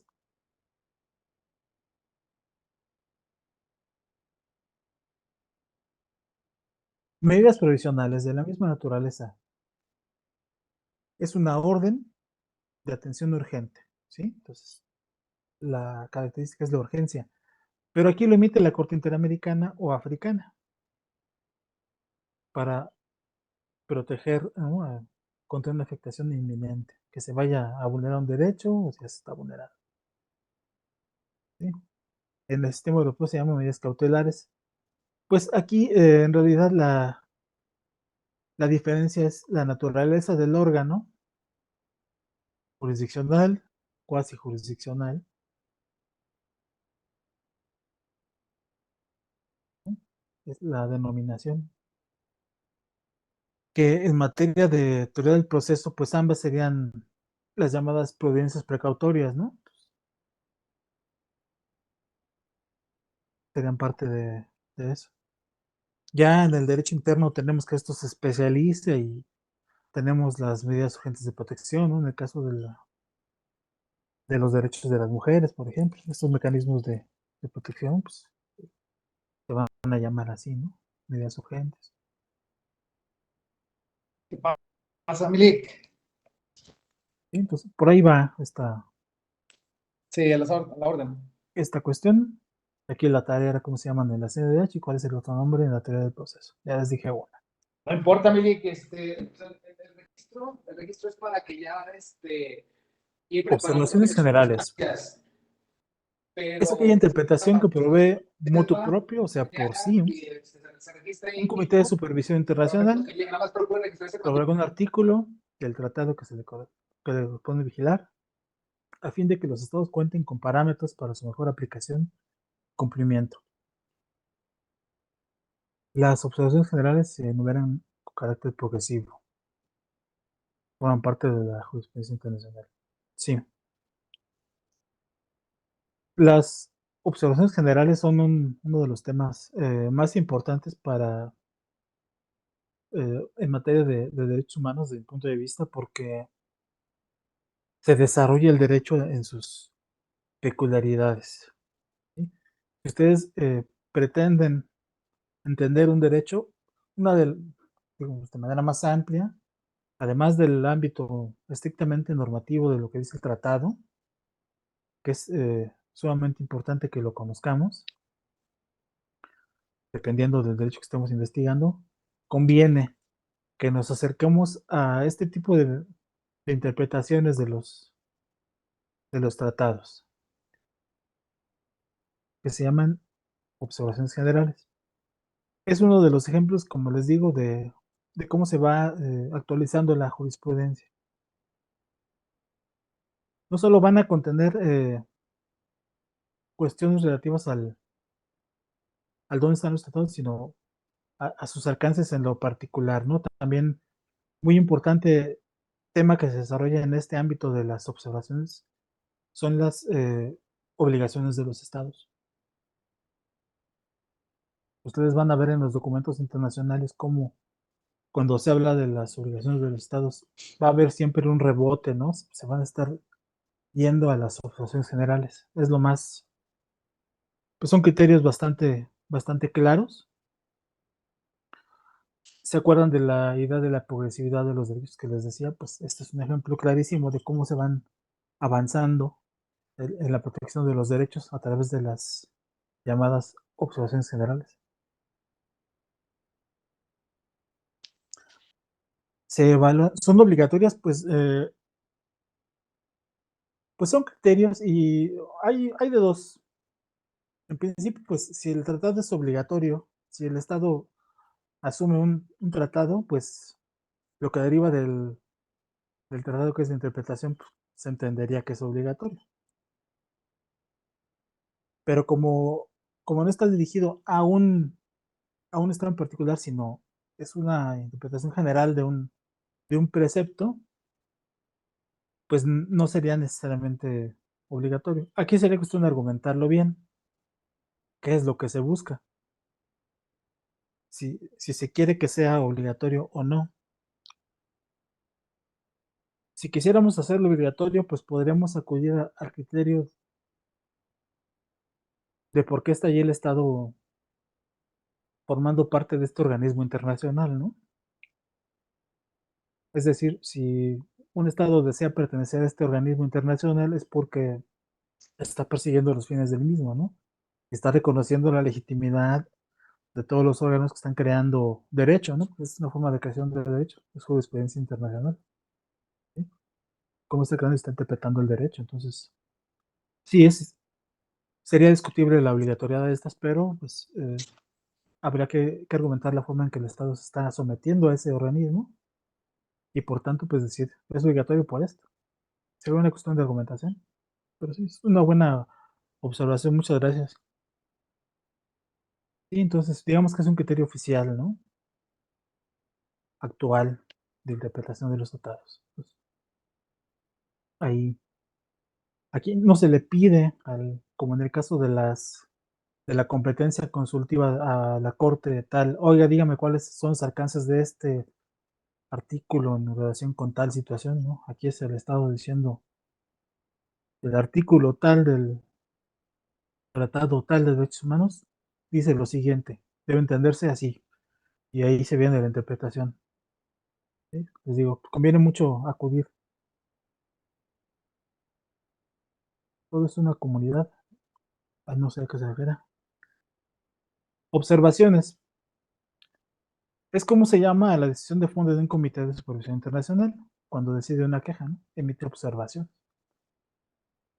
Este documento contiene hechos del asunto, la posición de la víctima, del Estado, los criterios jurídicos del comité, con base en los cuales decide. ¿Sí? Digamos que son análogos a una sentencia. ¿Sí? Pues, y son pronunciamientos en lo internacional para atender una cuestión, ¿no? Se dirigen al Estado y son observaciones. Entonces, cuando ustedes vean por ahí las observaciones del comité, se refiere a esto. ¿Sí? Es solo para que tengan ustedes una idea general de los conceptos, como les digo. Y aquí está lo que les comentaba, que ya vimos anteriormente, la opinión consultiva es la competencia consultiva. Qué bueno que entendieron por ahí el tema, pues viene junto con pegado esto de la competencia consultiva de la competencia contenciosa, ¿no? Es una manera en que se está desarrollando el derecho. A veces los criterios estos, los votos particulares son tan amplios, no podían ser recién votos de una consulta, ¿no? Eran muy característicos los votos del juez Cansado, porque eran pues la doctrina ahí, ¿no? Que él se ponía a desarrollar. Lamentablemente, pues ya, fallecido, no hace mucho. Una opinión consultiva en el ámbito internacional es de interpretación de algún precepto o de algún tratado internacional. O bien puede definir la compatibilidad de este y las disposiciones del derecho interno. ¿Sí? Entonces aquí ya vemos dos caracteres de una opinión consultiva, como puede ser de dos tipos. Nos dice cómo es un tratado, una parte de un tratado, en algún sentido, o nos dice si es compatible o no una disposición de derecho interno. Y qué bueno que aparece este concepto porque esta es otra de las obligaciones internacionales, pues de los derechos humanos más genéricas, de más importancia, ¿no? La adopción de disposiciones de derecho interno. ¿Sí? Es decir, que el tratado no se quede nada más en el tratado, que el derecho subjetivo no se quede solamente ahí, sino que este se aplique, se baje a todo pues el sistema jurídico, ¿no? Por principio y en general a todo el sistema. ¿Por dónde se oye? ¿Sí? Entonces, así, esa es la importancia de la opinión o de una opinión consultiva, cualquiera que sea el caso, ¿no? Analizar estos dos aspectos. Y la opinión consultiva, pues, constituye jurisprudencia internacional, ¿sí? Es otra de las estrellas de la jurisprudencia internacional. Entonces, ya tienen otro concepto. Ustedes, también, juren lo que viene en las evaluaciones, ¿sí? ¿Qué son las opiniones consultivas o algo así? Pues ahí está, ¿no? Es de a fuerza, entonces, ya lo tienen ustedes por ahí. Y la tarea para ese grupo, entonces, era si México ha solicitado alguna del sistema interamericano. ¿Sí? Creo que esto era para del Infonavit, no recuerdo. Recomendación, pues algo que es muy, muy usual que lo escuchemos, ¿no? En el lenguaje de los derechos humanos, las recomendaciones. ¿Cuál es su carácter o por cuál están discutidos? Pues bueno, porque son resoluciones no obligatorias que se dirigen a una determinada autoridad o cuerpo, ¿no? Público, interno o internacional. Entonces, ¿qué se pide que se haga o que se deje de hacer algo? Obviamente, si es del ámbito de los derechos humanos, pues tiene que ver con los derechos humanos. Y aquí la definición de Jorge Castañeda, papá, el internacionalista, no el que quiso ser presidente, el papá que era una persona que conocía mucho de derecho internacional, eh, buen académico, nos dice en su libro que se llama Evaluador Jurídico de las Resoluciones de la ONU, si pueden por ahí cómprenlo, la verdad vale mucho la pena. Dice que la recomendación es la manifestación de un deseo jurídicamente relevante porque ha sido tomado en consideración por una norma jurídica.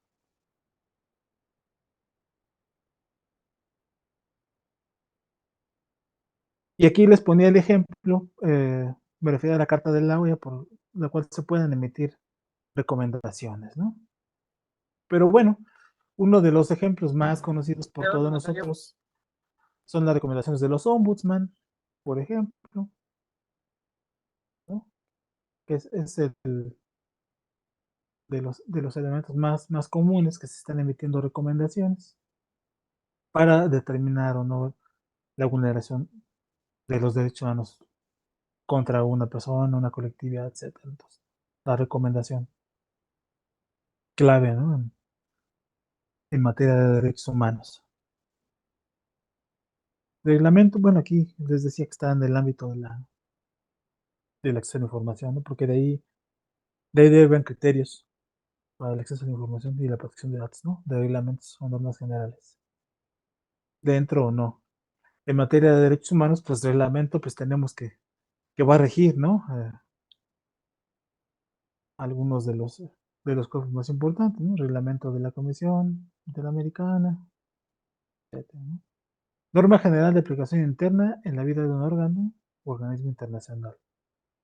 Como sabemos, un reglamento, pues sus características son definir cómo se organiza y sus atribuciones. ¿Sí? Y como sabemos también, derivado de pues, nuestro conocimiento del derecho, pues un reglamento se encuentra delimitado por la norma de mayor jerarquía, ¿no? Por una ley, ¿no? En este caso, pues sería por una ley internacional, por un tratado. No puede ir más allá del reglamento. ¿Sí? Aquí están dos ejemplos, ¿no? El Parlamento y el Consejo de la Unión Europea tienen un reglamento, procedimiento para determinar. ¿Sí? Entonces, reglamento.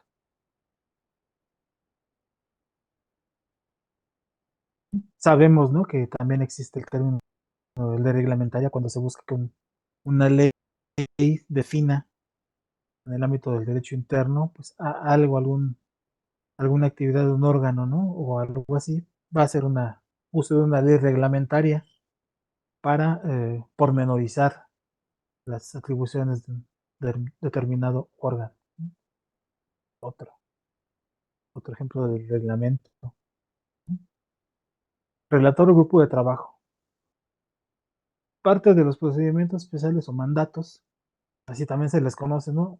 ¿Cuántos mandatos ha o de qué mandato es esta persona, etcétera?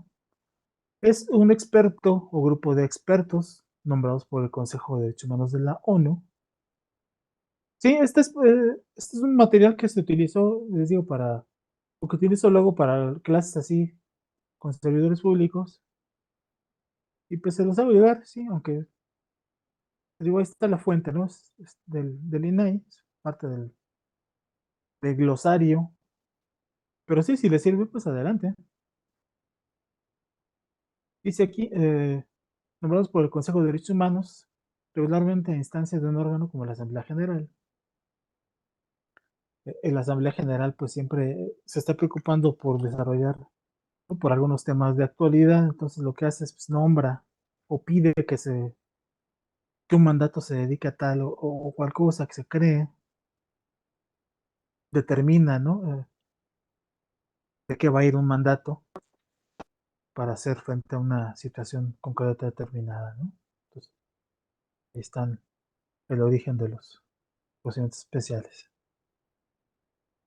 a través de la, o en instancia de un órgano como la Asamblea General se puede crear, por ejemplo. Estos relatores, grupos de trabajo, etcétera, forman parte de los llamados procedimientos especiales, que son mecanismos no convencionales para promover la observancia y desarrollo de los derechos humanos, de acuerdo con la ONU. Como les decía, también existen los relatores a nivel de la OEA. Cuando hablo de la OEA, me refiero a que son parte del ámbito de la Comisión Interamericana, ¿sí? Entonces, por ahí están los relatores también presentes. Y el último que yo conozco que se creó en la OEA, pues es el relator de DESCA, que era la relatora de DESCA, creo que ya cambió, la doctora Soledad. Bueno,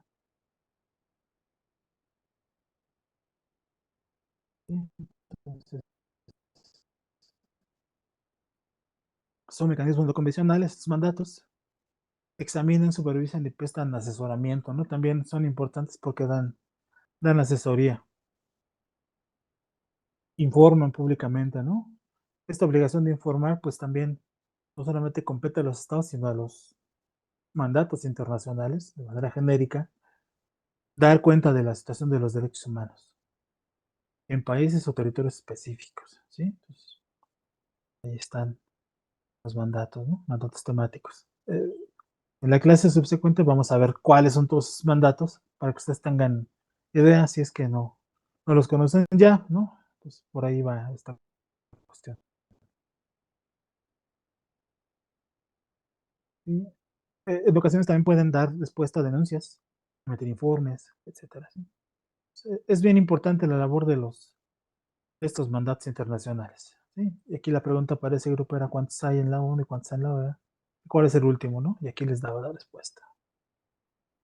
Una resolución, de manera genérica, es la determinación producida en el ámbito de un organismo público, por la cual se declara o hace pública su posición por un asunto del que recomienda alguna acción, ¿no?, que es parte de su competencia. Esa es, les digo, pues la cuestión.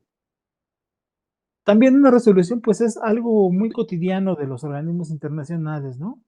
Y vemos a la Asamblea General de la OEA pues, emitiendo resoluciones sobre temas de actualidad, puede ser la preocupación sobre una noticia que actualmente está produciéndose, o la Asamblea General de la ONU, ¿no?, emitiendo una resolución sobre algún tema, muchas veces vinculada con derechos humanos, casi todas. Sí.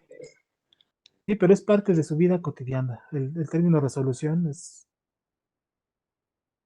a nivel internacional y de la ONU, por ejemplo, es de lo más común, ¿no? El valor de las resoluciones tiene que ver también porque es la vía para la creación del derecho positivo, ¿no? De estándares tan importantes como la Declaración Universal de los Derechos Humanos, ¿no?, que está plasmada precisamente en una resolución de Naciones Unidas. Entonces, no es que no es menor el valor del concepto de resolución, ¿sí? Aunque digamos que es del día a día, es parte de la vida de las instituciones internacionales, pues sí. El glosario está en la página del INAI, en el Corpus Juris, ahí lo pueden buscar. Ya está más desarrollado, fue el de la versión anterior del corpus. Le pusieron ahí más cosas, pero la investigación del corpus es el mismo. No debieron haberse producido muchos estándares en estos años. Pero ahora se llama así Corpus Juris de acceso a la información, perdón, de protección de datos. Entonces, por ahí está el tema de las resoluciones. Dice aquí, ¿no? Son la manifestación de un proceso decisorio y reflejan la actividad de un organismo internacional. Son su principal fuente de expresión, las resoluciones. ¿Sí? Reflejan un parecer colectivo y son el vehículo normal para el cumplimiento de las finalidades de los organismos internacionales. ¿Sí? Se comunican a través de resoluciones. No solamente por ejemplo, la Asamblea General, en el caso de la ONU, del Sistema Universal, sino también tenemos las resoluciones del Consejo de Seguridad, que son muchísimas, o del Consejo Económico y Social, ¿no? Todos los órganos emiten este tipo de resoluciones. A veces los informes que realizan estos mecanismos de supervisión, de seguimiento, se hacen públicos a través de una resolución dirigida a la Asamblea General, o la Asamblea General lo adopta porque, como les decía, es por su medio que se solicita, se crea un mandato, etcétera. Pues cuando este funciona, elabora su visita, emite su informe, regresa a la Asamblea y se emite una resolución, ¿no? Que contiene esto, o se dirige a la Asamblea. Entonces, es muy importante aquí otra vez esta misma fuente de Jorge Castañeda, dice, el sentido y finalidades del concepto es diverso. Una resolución entraña por igual una orden, una invitación o una variedad de normas híbridas intermedias, o sea, puede ser de muchos diversos órdenes, ¿no? Significados, o se pueden buscar muchas cosas. Puede ser versa sobre cuestiones técnicas o acerca de asuntos eminentemente políticos, o sea, puede ser parte de un pronunciamiento o algo muy técnico. Tiene carácter materialmente legislativo, es decir, expresa normas jurídicas o constituye un acto administrativo individual. Puede estar dirigida a órganos del mismo sistema, a un organismo subsidiario distinto, a un Estado, incluso a individuos. Es resultado de una mecánica decisoria que implica una representación igual y otra desigual, y pudo haber sido aprobada conforme a un régimen de votación, unánime o mayoritaria. Entonces, aquí más o menos de qué va la idea de las resoluciones en el ámbito internacional, en el sistema internacional, ¿no? Entonces ya tenemos otro concepto importante para nuestro acervo: resolución internacional. Los diversos tipos, puede ser política, puede ser técnica, puede ser una invitación, puede ser una orden, híbridas, intermedias, para una persona, para un estado, para un cuerpo, para otro organismo, etcétera. Pues es muy, muy amplio.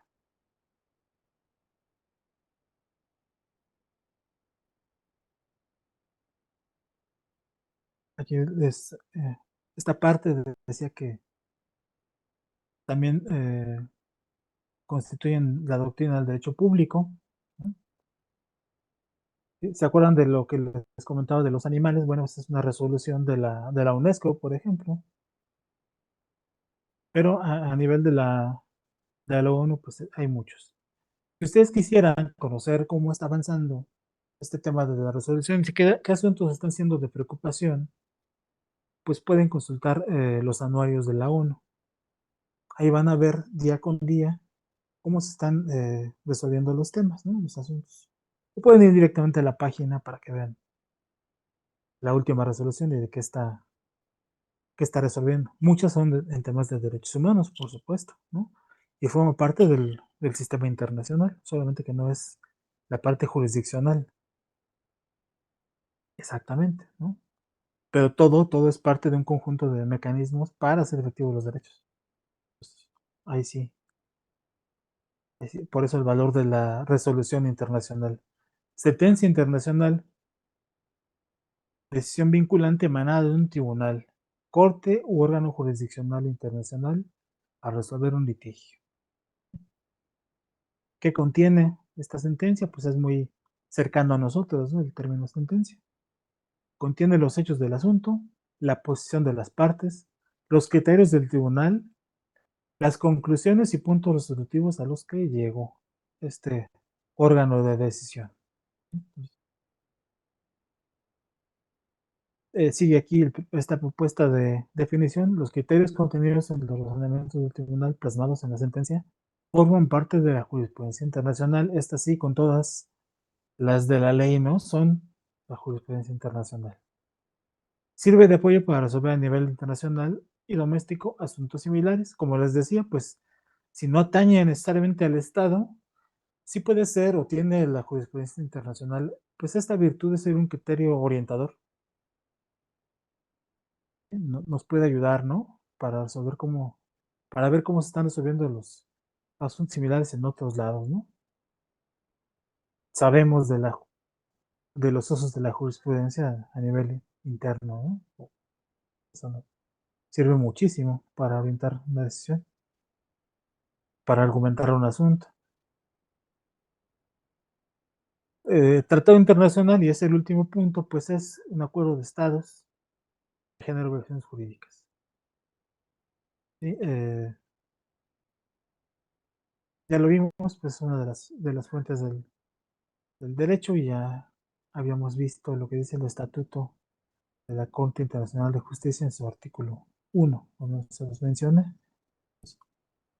¿Sí? Entonces, ahí más o menos este glosario nos permite ya entrarle a lo internacional. Ya vimos mucho aquí, pero pues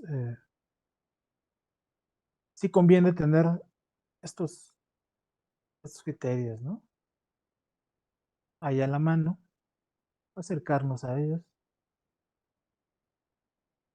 a detener y volvamos a nuestra presentación. Esto nos fue así como de pasadita a ver otra cosa.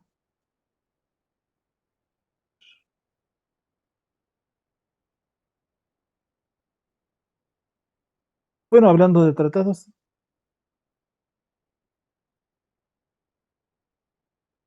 en la parte del orden jurídico nacional, me parece que de ahí extraje esto. Pues aquí están todos los tratados firmados por México, ¿no? Son como 200, son un montón, y son de muchas materias.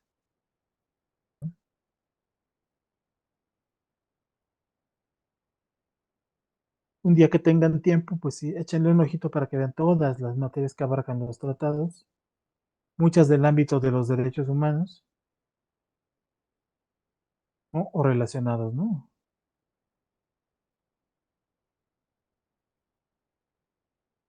Entonces, en general, como les digo, si se sabe argumentar adecuadamente, pues todo se puede hacer parte de los derechos humanos, o desde una visión de los derechos humanos, ¿no? Entonces, por ahí está esta cuestión de los tratados. Propiedad intelectual, poblaciones indígenas, cambio climático. Entonces, sí es bastante el ámbito, ¿no? Propiedad intelectual, patentes, refugiados, salud, tortura, trabajo. Entonces, y hay un poquito sobre las materias, ¿no? De los tratados.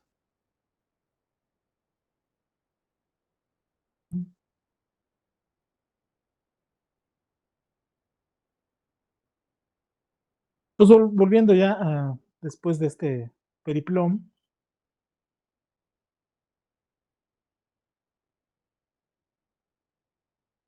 y de haber visto cómo hay tratados y cuadros de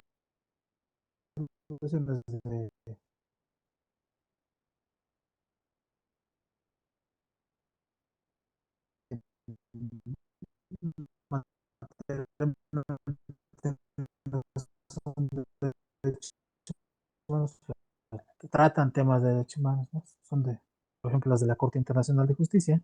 Pues ya vamos a los sistemas. Los de derechos humanos de la ULA es parte de las formas de integración de los estados, ¿no? Como todos sabemos, entre los elementos de la soberanía de acuerdo con Bodino, está declarar la guerra, firmar la paz, acuñar moneda, celebrar tratados. Este es uno de los elementos en que se expresa la soberanía a nivel internacional, ¿no? Mediante la celebración de tratados, que son pues el elemento fundamental de la integración, ya sea a nivel regional o a nivel global, ¿no? Los sistemas de integración de los sujetos del derecho internacional llamados estados. Ahora pues hay otros que tienen incidencia en lo internacional, el ser humano, pues, en primerísimo lugar en materia de derechos humanos, pero también están los propios organismos internacionales y la sociedad civil ahí actuando, ¿no? En lo internacional. Los tipos de integración puede ser económica, aduanera, monetaria, política, guioncitos de derechos humanos. Como sabemos, se están creando eh, instituciones, ¿no? A nivel supranacional, personas, como es la Unión Europea, con su derecho comunitario que es principalmente de orden económico. Hay otro tipo de formas de organización o de integración, que es unión aduanera, ¿no? Se comparten eh, estos preceptos, se borran o se establecen criterios similares para el cobro de impuestos. La unión monetaria, pues, se establece una moneda común, ¿sí? Se establecen zonas de libre comercio, por ejemplo, también. O la organización o la integración política, donde se crean estos organismos como la OEA, el Consejo de Europa o la propia ONU. Dentro de la organización de la OEA y de la ONU, pues tenemos esta expresión política de los derechos humanos, ¿no? Es un fin. Se busca crear un espacio común, no limitado por fronteras, para que una idea, unos derechos, algo sea común a todos, ¿no? Un espacio común de algo. Y les ponía el ejemplo de la OEA, 34 estados, la ONU 191, más o menos. Esta organización del sudeste asiático 10, la Unión Africana 55, que los componen, ¿no? La, la integración pues da lugar a que se crean personas del derecho internacional, ¿no? Entre los antecedentes de la Unión Europea tenemos la Comunidad Económica del Carbón y del Acero, o bien una forma de integración en África, que es la Unión Africana, a partir de la cual pues, se está creando este mecanismo doble, ¿no? De la Comisión y de la Corte Africana. El sistema interamericano, pues bueno, este se hunde sus raíces, digamos, por allá del siglo XIX, cuando los estados se están independizando. Es parte de las preocupaciones de estos independentistas, ¿no? Tenemos en 1810 una declaración de los derechos del pueblo chileno, ¿no? Y se refiere a la idea de la integración del continente por parte de un militar, Bernardo Higgins, ¿no? En un discurso de 1818. Entonces, ahí está una idea de integración americana. Eh, También otro señor sudamericano, Gervasio Artigas, hablaba de una confederación de estados americanos, ¿no? A partir de este desmembramiento de la potencia, ¿no? De la potencia dominante.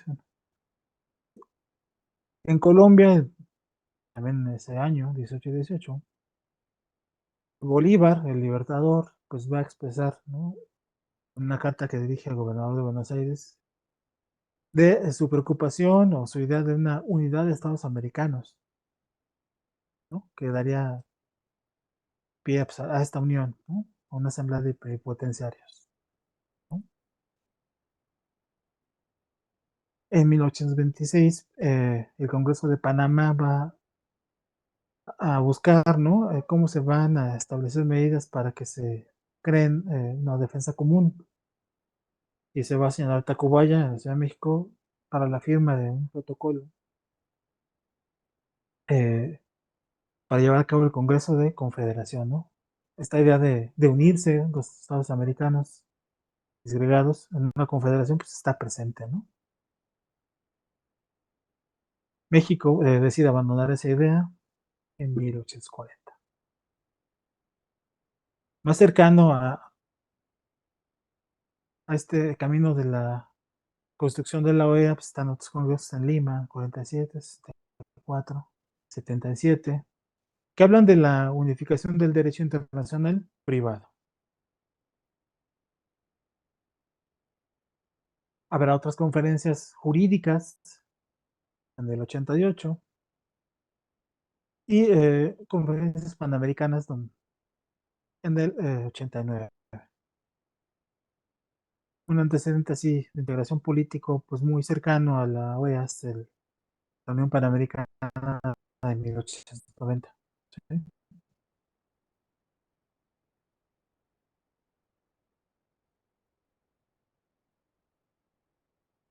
Digamos que este sí es un antecedente más directo de la OEA. Tendrán otros congresos, ¿no? Otras formas de estar pensando a nivel latinoamericano o interamericano cómo se va a desarrollar esta forma de integración. Los congresos de Montevideo, de México, de 1901, Río de Janeiro, Buenos Aires, Chile, La Habana, Montevideo, etc. ¿Sí? Entonces, se está discutiendo, se está pensando en esta unión de los países americanos en diversos ámbitos, ¿no? Políticos, donde se insertan los derechos humanos, ¿no? Así, política. Y pues llegamos al final, mañana seguiremos, ¿no? con este tema. Como decía, vamos a empezar por la OEA. Les, les comparto ahorita la presentación previa, el documento previo, y pues nos veremos por aquí mañana. Muchas gracias por su atención.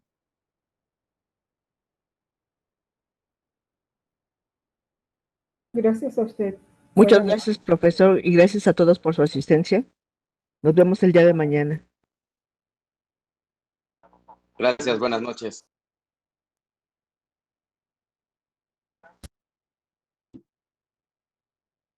Gracias, buenas noches. Hasta luego, buenas. Excelente noche a todos. Gracias, aquí esperamos. Buenas noches, gracias. Gracias, hasta luego.